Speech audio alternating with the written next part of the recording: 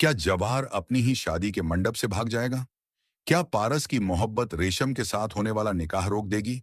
और क्या आखिरकार वहाब दुरानी की सबसे खतरनाक चाल उसी पर भारी पड़ जाएगी? दोस्तों, आने वाले एपिसोड में होने वाला है ऐसा जबरदस्त ट्विस्ट जिसे देखने के बाद हर कोई दंग रह जाएगा। आइए जानते हैं पूरी कहानी। विस्तार से कहानी की शुरुआत होती है जवार और रेशम के निकाह के दिन से। पूरा घर रोशनी से जगमगा रहा है। हर तरफ खुशियों का माहौल है। मेहमान निकाह की तैयारियों में व्यस्त हैं और सभी को इंतजार है उस पल का जब जवार और रेशम एक दूसरे के हमसफर बनेंगे। लेकिन इस खुशी के माहौल के बीच सिर्फ एक इंसान ऐसा है जिसके चेहरे पर मुस्कान नहीं है, और वह है खुद दूल्हा जवार। दूल्हे के लिबास में स्टेज पर बैठा जवार बार बार भीड़ की तरफ देख रहा है। उसकी निगाहें किसी और को नहीं बल्कि सिर्फ पारस को ढूंढ रही हैं। हर गुजरते पल के साथ उसकी बेचैनी बढ़ती जा रही है।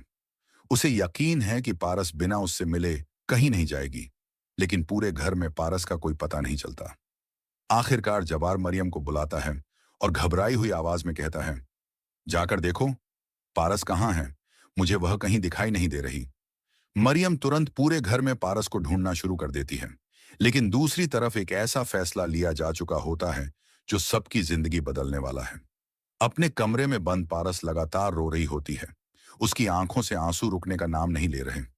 वह अपने प्यार को किसी और का होते हुए देखने की हिम्मत नहीं जुटा पा रही। तभी अचानक उसके कमरे के दरवाजे पर दस्तक होती है। घबराई हुई पारस समझ जाती है कि अब कोई उसे लेने आया है। वह बिना समय गंवाए पीछे की खिड़की खोलती है और घर से चुपचाप निकल जाती है। कुछ देर बाद मरियम कमरे तक पहुंचती है। दरवाजा बंद देखकर वह कई बार आवाज लगाती है, लेकिन अंदर से कोई जवाब नहीं मिलता। उधर निकाह की रस्म शुरू हो चुकी होती है। काजी साहब जैसे ही जवार से पूछने वाले